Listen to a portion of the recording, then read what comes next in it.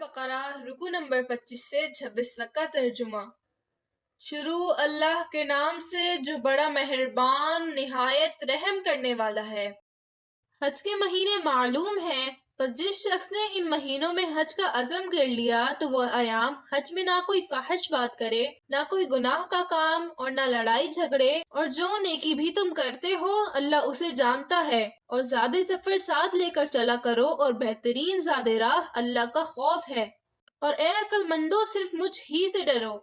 اس بات میں تم پر کوئی گناہ نہیں اگر ایام حج میں اللہ کا فضل یعنی مال و دولت بذریعہ تجارت طلب کرو، پس جب تم عرفات سے لوٹو تو مزدلفہ میں مشعر الحرام کے پاس ٹھہر کر اللہ کا ذکر کرو، اور اسی طرح اسے یاد کرو جیسا کہ اس نے تمہیں سکھا دیا ہے، اور اس سے پہلے تم لوگ یقیناً بے خبر تھے۔ پھر میدان عرفات جہاں سے ہو کر باقی لوگ لوٹتے ہیں، تم بھی اے قریش وہیں سے ہو کر لوٹو، اور اللہ سے مغفرت چاہو، اللہ یقیناً بخشنے والا اور رحم کرنے والا ہے۔ پس جب تم حج کے ارکان پورے کر چکو تو جس طرح اپنے باپ دادا کو یاد کرتے تھے اس طرح اللہ کو یاد کرو، بلکہ یہ ذکر اس سے بھی زیادہ جذبے کے ساتھ ہو۔ پھر بعض لوگ کہتے ہیں کہ اے ہمارے رب ہمیں دنیا ہی میں دے جو کچھ دینا ہے، ایسے شخص کے لیے آخرت میں کچھ حصہ نہیں، اور بعض وہ ہیں جو کہتے ہیں کہ ہمارے رب ہمیں دنیا میں بھی بہتری زندگی دے اور آخرت میں بھی بہتری عطا فرما، اور ہم کو دوزخ کے عذاب سے بچا۔ انہی لوگوں کو ان کی کمائی کا حصہ آخرت میں ملے گا، اور اللہ جلد اعمال کا حساب کرنے والا ہے۔ اور اللہ کو ان چند دنوں میں یاد کرتے رہو، پھر جو کوئی 2 ہی دن میں جلد چلا آئے تو اس پر کوئی گناہ نہیں، اور جو ایک دن زیادہ لگا دے تو اس پر بھی کوئی گناہ نہیں۔ یہ اس شخص کے لیے ہے جو اللہ کی نافرمانی سے ڈرے، اور اللہ سے ڈرو اور یقین جانو کہ تم کو اسی کے پاس جمع ہونا ہے۔ اور بعض آدمی ایسے ہیں جس کی بات آپ کو دنیاوی زندگی میں بھلی معلوم ہوگی، اور وہ اللہ کو اپنے خلوص دل پر گواہ بھی کرتا ہے، حالانکہ فی الحقیقت وہ مخالفت میں بڑا ہی سخت ہے، اور جب وہ بولتا ہے تو کوشش کرتا ہے کہ ملک میں فساد پھیلائے اور کھیتوں اور جانداروں کو برباد کرے، اور اللہ فساد پھیلانے والوں کو دوست نہیں رکھتا۔ اور جب اس سے کہا جاتا ہے کہ اللہ سے ڈرو تو غرور میں آ کر مزید گناہ کرتا ہے، اس کے لیے جہنم ہی مناسب ہے اور وہ نہایت برا ٹھکانہ ہے۔ اور بعض وہ لوگ بھی ہیں جو اللہ کی خوشنودی حاصل کرنے کے لیے اپنی جان تک صرف کرتے ہیں، اور اللہ اپنے بندوں پر بڑا مہربان ہے۔ اے وہ لوگوں جو ایمان لا چکے ہو، پوری طرح اسلام میں داخل ہو جاؤ اور شیطان کے نقش قدم پر نہ چلو، وہ یقیناً تمہارا کھلا دشمن ہے۔ اگر اس کے بعد بھی تمہارے پاؤں پھسل گئے جبکہ تمہارے پاس کھلے احکام آ چکے ہیں تو یقین جانو کہ اللہ غالب اور حکمت والا ہے۔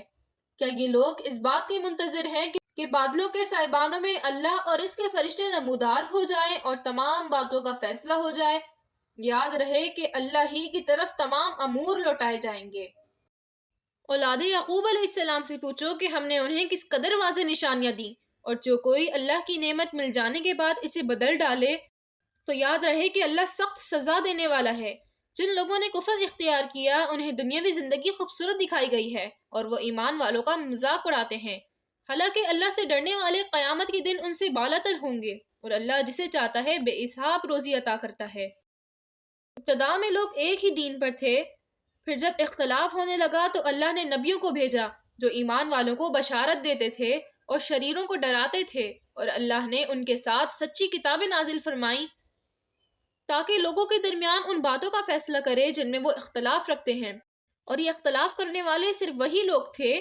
جنہیں کتاب ملی تھی اور انہیں واضح احکام پہنچ چکے تھے۔ انہوں نے محض ضد کی بنا پر اختلاف کیا، پس اللہ نے اپنے فضل سے ایمان والوں کی اس رہنمائی کی جس میں وہ لوگ اختلاف کرتے تھے، اور اللہ جسے چاہتا ہے راہ راست پر چلنے کی توفیق دیتا ہے۔ کیا تم سمجھ بیٹھے ہو کہ تم جنت میں یوں ہی داخل ہو جاؤ گے، حالانکہ تم ان حالات سے ابھی تک دوچار نہیں ہوئے جو تم سے پہلے لوگوں کو پیش آ چکے ہیں؟ انہیں ہر طرح کی سختیاں اور تکلیفیں پیش آئیں اور ان کے پاؤں لڑکھڑا گئے، حتیٰ کہ ان امتوں کے رسول اور ان کے مومن ساتھی پکار اٹھے کہ اللہ کی مدد کب پہنچے گی؟ جواب ملا کہ یاد رکھو بے شک اللہ کی مدد قریب ہے۔ اے نبی علیہ السلام، لوگ آپ سے پوچھتے ہیں کہ اللہ کی راہ میں کیا خرچ کریں؟ ان سے کہہ دیجئے کہ جو کچھ بھی اپنے مال میں سے خرچ کرو وہ اپنے ماں باپ اور رشتہ داروں، یتیموں، مسکینوں اور مسافروں کو درجہ بدرجہ دو، اور تم نیکی کا جو بھی کام کرو گے وہ اللہ کے علم میں ہے۔ تم پر جہاد فرض کیا گیا ہے اور وہ تمہیں ناگوار ہے، اور ممکن ہے کہ تم ایک چیز کو ناگوار سمجھو اور وہ تمہارے لیے بہتر ہو، اور یہ بھی ہو سکتا ہے کہ تم کسی چیز کو پسند کرو اور وہ تمہارے لیے بری ہو، اور ہر بات کا حقیقی علم اللہ ہی کو ہے اور تمہیں کوئی علم نہیں۔ محترم ناظرین، اگر آپ کو یہ ویڈیو اچھی لگی ہو تو اس ویڈیو کو لائک کریں اور ہمارے چینل الاسلام اسلامک 77 کو سبسکرائب کریں۔ ملتے ہیں نیکسٹ ویڈیو میں، تب تک کے لیے اجازت دیجیے۔ اللہ حافظ۔